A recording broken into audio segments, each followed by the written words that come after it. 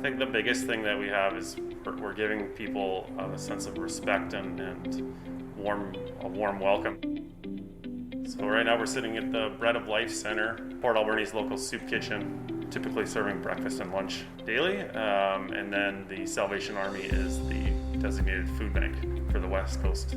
But of course, with the pandemic last year, everything came to a screeching halt, and we really came together to figure out how we could best continue to feed people and meet the increased demand while following the increased safety measures. When we had to shut down abruptly, we wanted to continue to provide the hot meal service because that's where you get the most nutrition and can meet the needs of the most people. So we quickly were able to secure a mobile food truck from Gibson's on the Sunshine Coast. All the food was cooked at the Bread of Life, and then it was packaged up at the Salvation Army, loaded onto the food truck, and then delivered to 5 different stops throughout the community. We had been serving approximately 80 meals a day out of the Bread of Life, and quickly by April of 2020, we were serving over 200 meals a day off of the food truck. We also offered delivery service of both the food hampers and the meals.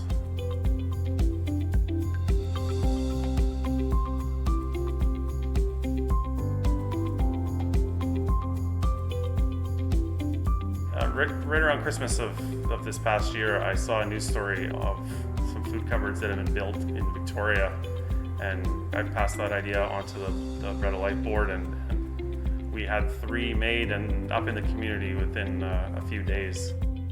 The United Way funding was huge in meeting the increased costs of this operation.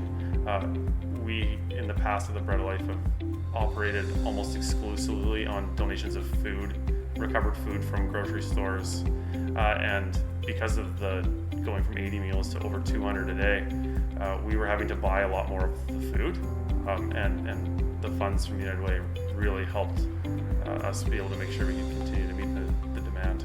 The response from the community was absolutely amazing.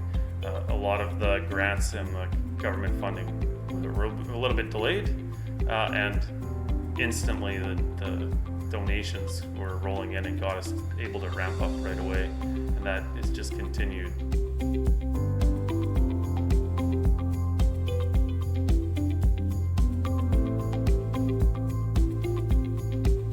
We saw an increased need for somewhere for people to go during the cold weather. It was first discussed in the fall, and by the end of November we started to put together plans of how we could open up a warming center. From a grant through the United Way, we were able to quickly open up by early December, and we went from opening 3 days a week to quickly 7 days a week, and we were even able to open overnight during the cold snaps in January.